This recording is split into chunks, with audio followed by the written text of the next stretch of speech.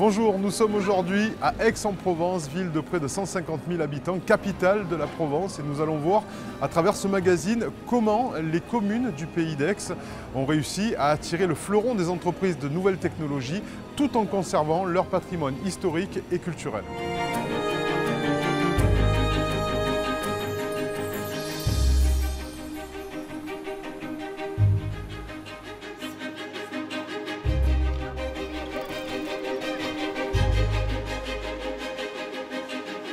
Entre le 15e et le 18e siècle, les riches marchands et autres notables ont laissé en héritage à Aix-en-Provence un patrimoine architectural et culturel incroyable.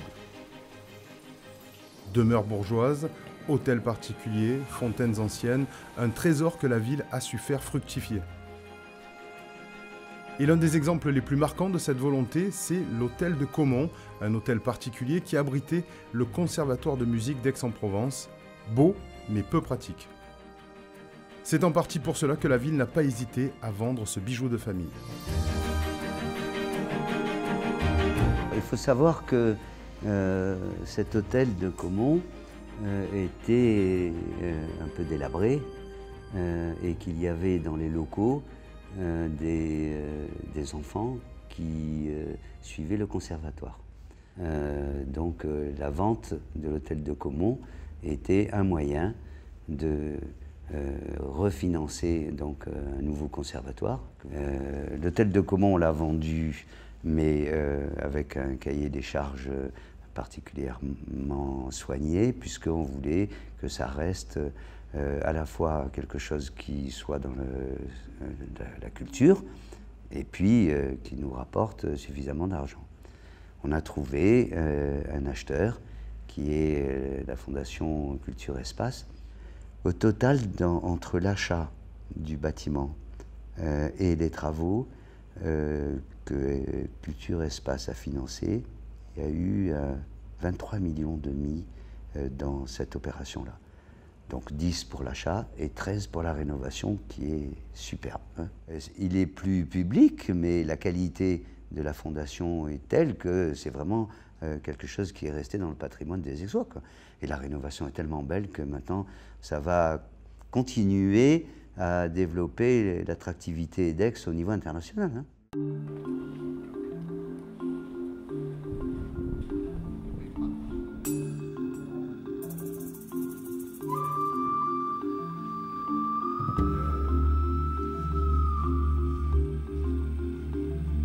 L'histoire de Culture Espace, elle a commencé il y a 25 ans. Principalement pour servir les collectivités en matière de valorisation et de gestion du patrimoine, puisque celles-ci, par moment, avaient certaines difficultés effectivement à le mettre en valeur, et donc on travaille dans le cadre de délégations de services publics pour les aider à valoriser et mettre en musique, entre guillemets, leur patrimoine. Aujourd'hui, on gère depuis donc 25 ans un certain nombre de sites prestigieux, comme la Villa Efrussi de Rothschild, la Villa Kérilos, le Château des Baux de Provence, le Théâtre Antique d'Orange. C'est vrai que ces derniers temps, on a réfléchi à d'autres modes de fonctionnement pour aller un peu de l'avant et proposer notre savoir-faire qu'on a mis en œuvre depuis ces années-là. On a eu l'occasion de rencontrer la ville d'Aix-en-Provence et ses élus qui avaient une problématique effectivement du devenir du conservatoire de musique qui était hébergé par l'hôtel de Caumont, souhaitant effectivement donner une nouvelle vie, si possible culturelle, puisque ce lieu a une histoire culturelle qui est très importante dès le début. En fait, dès le début, les familles propriétaires avaient des salons de musique, des salons littéraires, donc il y avait déjà une histoire culturelle qui était forte. Alors pour nous, c'est une grande aventure, parce que dans ce cas-là, on devient pour la première fois propriétaire, puisque la ville souhaitait effectivement vendre le lieu pour pouvoir construire un nouveau conservatoire de musique, mais elle avait besoin effectivement d'un projet culturel qui soit valorisant pour la ville et pour le lieu. On leur a proposé effectivement de le racheter avec la création d'un centre d'art qui comprenait la réflexion globale de l'hôtel, à la fois dans ses éléments extérieurs, puisqu'on a refait l'ensemble des façades, des ferronneries, de la toiture, donc un projet vraiment qui est ambitieux. Ça, c'est l'enveloppe effectivement qu'on s'est attaché à restaurer dans les règles de l'art, puisqu'on a travaillé avec la Direction régionale des affaires culturelles, mais avec l'ABF aussi. On a un architecte du patrimoine, on a une historienne qui a travaillé sur le lieu pour bien comprendre effectivement la nature même du lieu. Ce qu'on souhaite faire, c'est vraiment redonner toute la splendeur du lieu. Donc c'est une reconquête en fait du lieu historique, puisqu'on a retrouvé les plans d'origine de Robert de Cotte, qui est l'architecte de l'hôtel de Caumont, mais qui était aussi l'architecte du Roi Soleil à Versailles. Donc c'est vrai que déjà ça donne aussi un certain prestige au lieu. Donc nous, on pouvait pouvait pas passer à côté en fait d'une restauration exemplaire. On a été très loin effectivement, là vous le voyez, l'ensemble de ces décors ont été complètement restaurés, complètement décapés pour retrouver la feuille d'or qui se trouvait en fait sous les peintures qui avaient été apposées au fil des ans. On a retrouvé toutes les teintes et toutes les chromies en fait d'origine et qu'on a réappliquées dans les règles de l'art. Donc c'est vrai que ce travail pour nous, il est essentiel puisqu'on va faire visiter à des centaines de milliers de visiteurs un lieu et il faut qu'effectivement l'exactitude historique et patrimoniale soit présente pour qu'il n'y ait pas entre guillemets tromperie en la matière. Donc voilà, donc c'est l'exigence de la qualité qui nous permet de remontrer ces salons sous un nouveau jour tel qu'il pouvait l'être il y a 300 ans.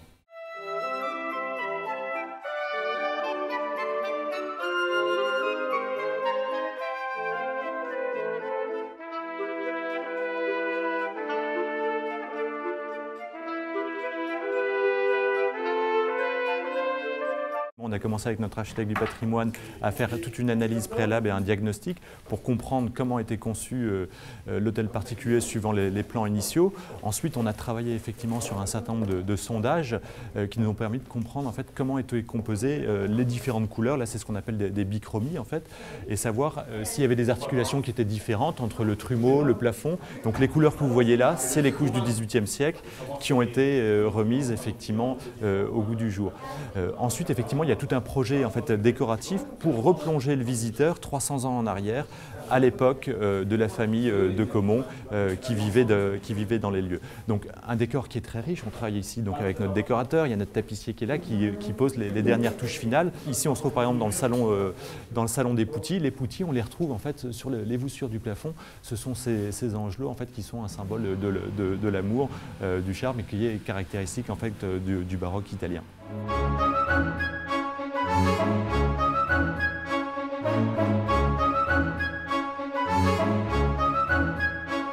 Cette verrière aussi est assez incroyable. C'est assez unique effectivement à Aix-en-Provence. Alors c'est vrai que je vous ai parlé tout à l'heure de l'architecte qui est Robert Decotte, l'architecte du roi. Et le marquis de Cabane, premier propriétaire, en fait, a voulu quelque chose d'exceptionnel à la hauteur entre guillemets de son prestige, de sa richesse. Et c'est pour ça qu'il fait intervenir un architecte parisien. On retrouve effectivement cette verrière qui donne tout le côté aérien en fait, de l'escalier. L'escalier était un des premiers éléments qui a été classé comme le portail à carrosse. Et c'est vrai que ça donne toute la particularité du lieu. Vous le remarquerez, en fait, l'hôtel de Caumont est très différent des autres hôtels particuliers aixois, puisque c'est un hôtel qui est entre cour et jardin, en parfaite symétrie entre l'hôtel en lui-même, la cour à carrosse, les communs et le jardin. Et c'est ce qui donne toute sa beauté.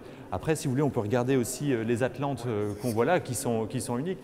Et c'est un petit peu toute la caractéristique en fait, du 18e, où on est capable effectivement d'avoir une création architecturale qui est assez exubérante, qui est assez riche, notamment sur les intérieurs, où là, c'est le propriétaire vraiment qui donne libre cours à son imagination et à sa folie créatrice pour montrer effectivement toute sa richesse. Donc cette Atlante qui vous accueille et qui regarde vers l'extérieur, et celle qui est masquée là par la rampe de l'escalier qui vous accompagne dans la visite. Donc c'est vraiment, c'est un peu dans la continuité finalement du lieu, puisqu'on va accueillir ici un certain nombre de visiteurs et ils seront accueillis à la manière du XVIIIe siècle.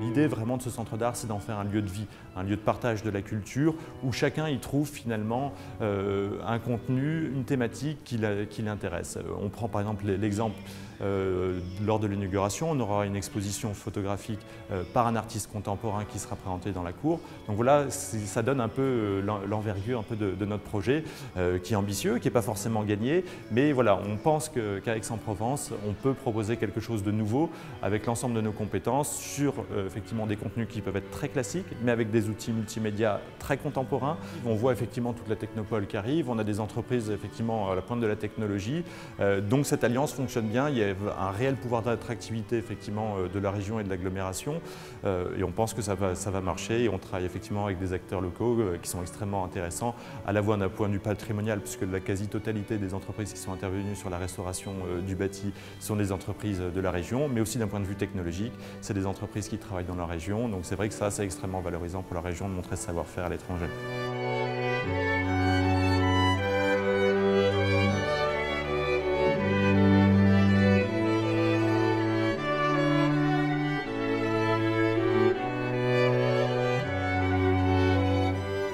Aix, entre tradition et modernité, après l'hôtel de commande, direction maintenant le conservatoire Darius Milhaud, inauguré le 5 septembre 2013 à l'occasion de la capitale européenne de la culture.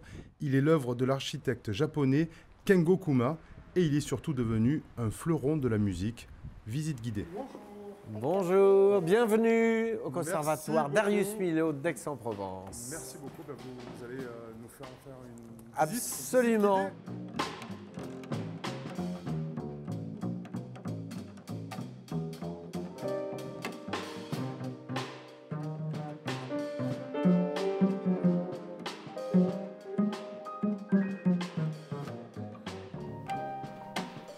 Ici, c'est un équipement fait pour le 21e siècle et donc rien à voir avec le 18e siècle. On a des véritables équipements.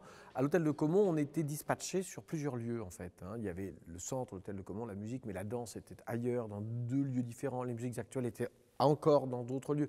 L'hôtel de Caumont, c'était à quasiment 2000 m². Ici, on est sur 7400 m². Donc on a regroupé l'ensemble des activités dans un équipement parfaitement configuré puisque le cahier des charges a été fait avec les professeurs. On a des musiciens qui travaillent avec des danseurs, avec des comédiens. Ce qui est très intéressant aussi, c'est d'avoir des rockers, des gens qui font du métal, du reggae, en même temps à un étage de différence, des violonistes, des pianistes classiques, etc. Et ça, donc là, c'est fabuleux. Et avec une salle de spectacle. Parce que la salle de spectacle permet d'aboutir devant le public, de faire une vraie production avec nos jeunes, pour certains qui sont très talentueux, certains seront professionnels. Et donc quand on est en fin de parcours notamment, on a des gens qui ont besoin et pour qui c'est très important de produire du spectacle sur scène, du spectacle qui peut être de formes très différentes et notamment interdisciplinaires. On est au cœur du forum culturel ici. Voilà, 4 salles de spectacle sur un petit espace, 4 établissements. Le Centre national chorégraphique qui a sa salle de spectacle, la bibliothèque Méjeanne, Cité du Livre, qui a donc la salle La Verrière, qui est une salle de spectacle intéressante aussi, le GTP, la grande salle de concert le GTP Grand Théâtre de Provence, et puis ici, nous, notre auditorium. Donc c'est assez unique, je crois, en France, cette concentration d'outils culturels.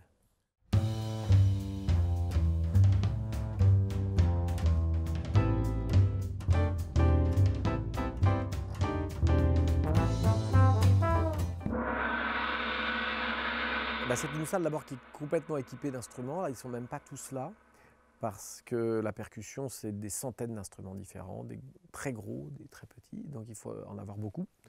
Ensuite, elle est parfaitement isolée phoniquement parce que là aussi, il y a le niveau sonore pour le travail, pour les oreilles. Donc c'est un revêtement spécifique qui fait quasiment 40 cm d'épaisseur sur les murs pour permettre, on le sent quand on parle d'ailleurs, c'est quasiment l'acoustique d'une salle de cinéma où le son est extrêmement mat. Et puis c'est de la hauteur aussi parce qu'il faut pouvoir respirer, il faut pouvoir se bouger. Les percussions sont très physiques. Quand il fait très chaud, ils travaillent en t-shirt, voire même torse nu quand il fait vraiment très chaud, même s'il y a de la clim, parce que c'est sûrement un des instruments les plus physiques sur certaines parties du répertoire. Donc il faut de la hauteur, il faut de l'air, il faut une acoustique parfaitement maîtrisée, il faut un très bel équipement, il faut de la lumière. Un collègue directeur qui avait beaucoup de métiers, qui m'avait dit « Tu verras, un nouvel établissement, il faut 2 ans. Il faut 2 ans pour vraiment en avoir maîtrisé. » Et voilà, on en sent voilà, ça va être ça. C'est-à-dire que la première année, on a eu quand même des vrais moments de solitude. Quand il fallait fermer le soir à minuit et que le système de sécurité ne voulait pas se mettre en route et qu'on avait le choix ou de dormir sur place ou de trouver une solution, voilà, des choses comme ça qui ne marchent pas forcément tout de suite du premier coup. Et puis voilà, les grosses difficultés sont réglées. Maintenant, il y a encore des choses qui mettent du temps à régler. On est dans la 2e année, voilà, ça fera 2 ans pour être a priori bien en place. C'est ce que m'avait dit mon vieux collègue qui avait beaucoup de métiers.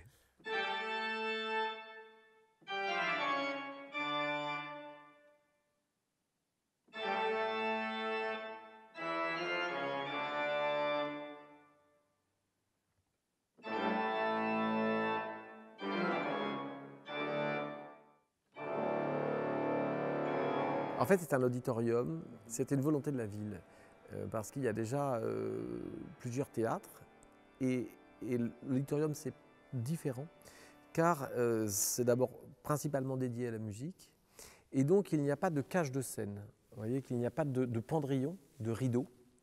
il n'y a pas de cage de scène au-dessus avec des cintres, parce que ces équipements-là altèrent énormément le son. Donc le fait que ce soit un auditorium sans toutes ces installations techniques de théâtre qui ne sont pas faites pour la musique, mais qui sont faites pour le jeu de scène, c'est déjà un premier point très important. Ensuite, Kengo Kuma, l'architecte, a fait une salle tout en bois. Et ça, c'est le matériau rêvé. À part les sièges du public, tout est en bois. Donc le bois, la taille et la configuration qui fait que c'est pas trop grand, on est sur 500 places. Le fait que tous les matériaux sont réflecteurs et qu'il n'y a pas de textile font que c'est sûrement une des meilleures acoustiques en France, ce qui explique que le violoniste Renaud Capuçon, par exemple, vient de faire ses 2 derniers disques ici et qu'il veut maintenant ne plus enregistrer qu'ici, qu'Alexandre Tarot est venu enregistrer la semaine dernière, il prépare les variations Goldberg, ça va être sublime, et que les artistes qui jouent ici ont souvent envie d'enregistrer.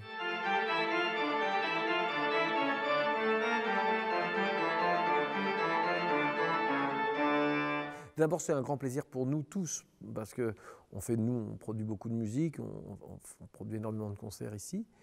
Donc pour les professeurs, pour les artistes, pour les élèves qui apprennent leur métier, leur job, c'est considérable comme condition de travail.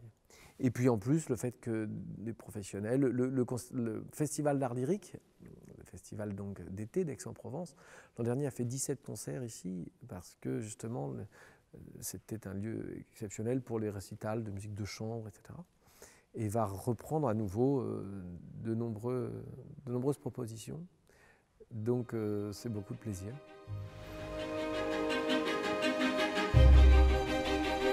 Mais le Pays d'Aix, c'est aussi des entreprises de pointe et le projet French Tech, une collaboration entre Aix et Marseille dans le but de développer, de promouvoir et de fédérer les startups françaises. La French Tech, en plus, c'est une opération très importante parce que c'est la première fois que Aix et Marseille avaient un projet en commun et que ça a bien marché.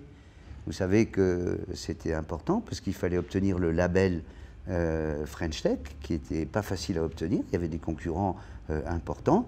Grâce au travail commun entre les élus et les services de Marseille et ceux d'Aix, on a réussi à décrocher ce label.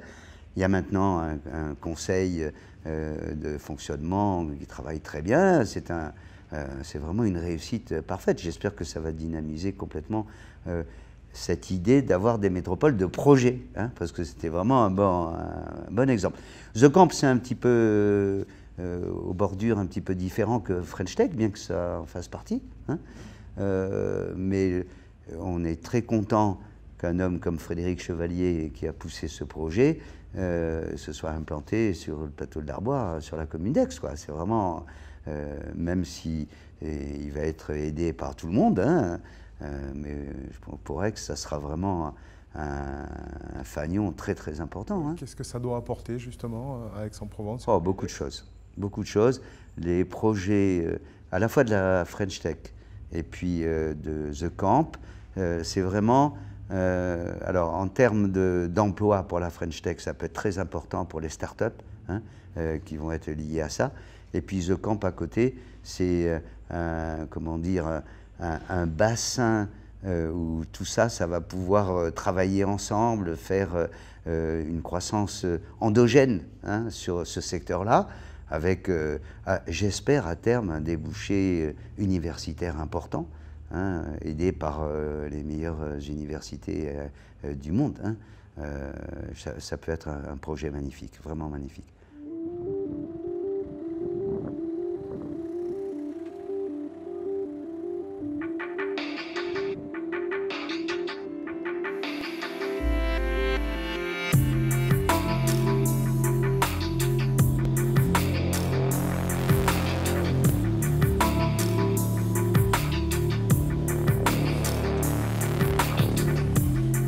ST Microelectronics, c'est un des leaders mondiaux du semi-conducteur, le premier européen. C'est plus de 42 000 personnes dans le monde. C'est 8 sites industriels en France. Et ici, vous êtes sur un des sites industriels majeurs de ST Microelectronics. Et vous trouvez ici la fabrication de plaques 200 mm. Alors, ces plaques, Ce sont les fameuses plaques qui contiennent des puces et c'est réalisé à partir du silicium. Alors le silicium, on l'obtient à partir du sable, mais il y a beaucoup de transformations. Et puis on a sur ce site plus de 2600 personnes, alors on va dire aux alentours de 2650 parce que le nombre varie toujours un petit peu, dont la moitié d'ingénieurs et cadres, et avec une compétence vraiment très, très particulière dans le domaine non seulement de la fabrication des plaques, mais c'est un site qu'on peut qualifier d'intégré, c'est-à-dire qu'on a à la fois de la fabrication, de la recherche et développement, on a de la conception des produits, on a de la vente, du marketing et on fait même le test des produits que l'on fabrique dans la salle. Ils sont testés électriquement sur Rousset.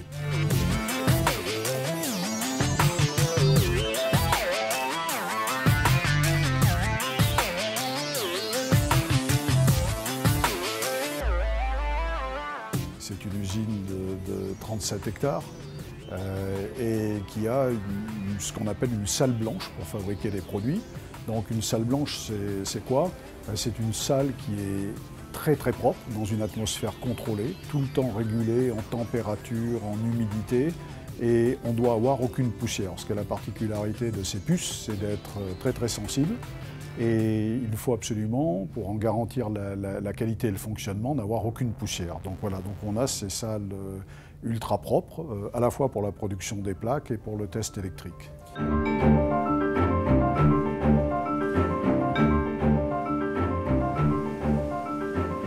Alors on retrouve ces puces effectivement absolument partout. Alors nous, on pourrait dire qu'on est un petit peu invisible parce que beaucoup de gens ne savent pas qu'ils utilisent nos produits, mais on est pratiquement dans tous les domaines de la vie quotidienne. Alors si on veut en citer quelques-uns, eh bien, écoutez, on peut trouver l'automobile, et puis on en trouve dans le domaine de la santé.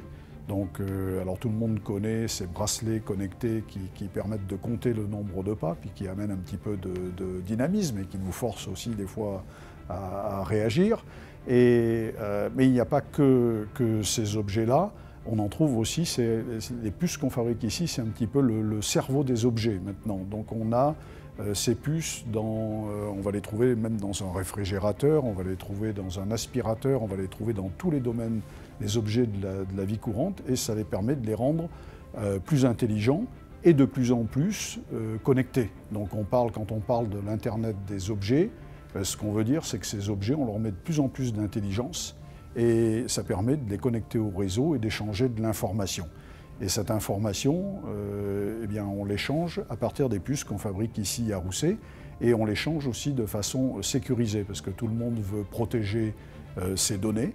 Et une des spécialités du site, avec le groupe qu'on appelle MMS, donc qui fait microcontrôleurs, mémoire et tout ce qui est circuit sécurisé, eh bien, c'est ce groupe qui conçoit ces produits et qui est aussi un spécialiste de la sécurité.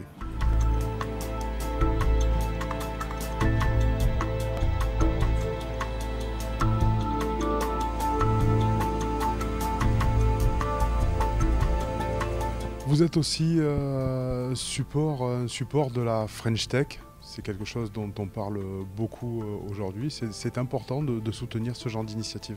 Alors pour nous, c'est important de soutenir toutes les initiatives qui vont renforcer en fait la capacité des startups à générer des nouveaux produits. Par exemple, on déploie, pour que les gens puissent utiliser ces microcontrôleurs, ces cerveaux, on déploie des kits qui permettent d'accéder et de développer les produits. Donc le nom, ça s'appelle Nucléo, c'est un petit peu compliqué, mais en fait, ça fournit tous les outils à une entreprise pour pouvoir concevoir plus facilement.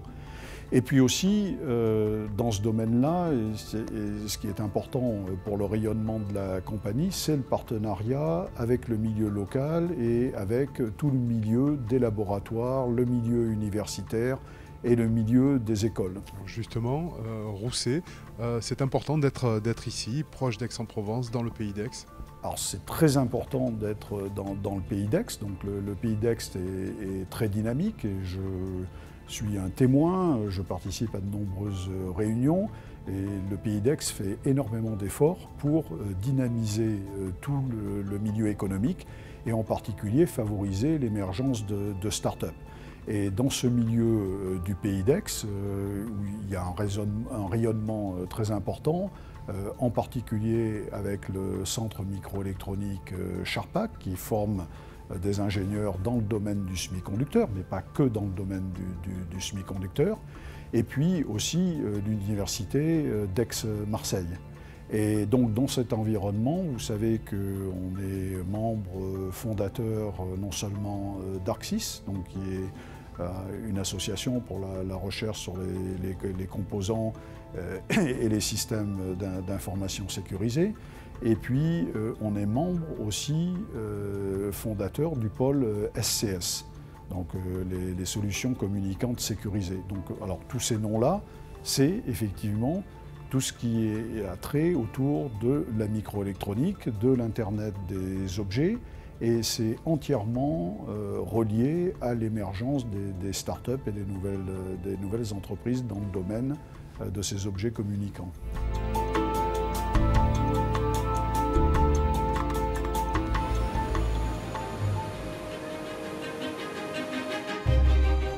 Le prochain grand défi d'Aix-en-Provence, ce sera dès le mois de janvier 2016 avec la mise en place de la métropole Aix-Marseille-Provence.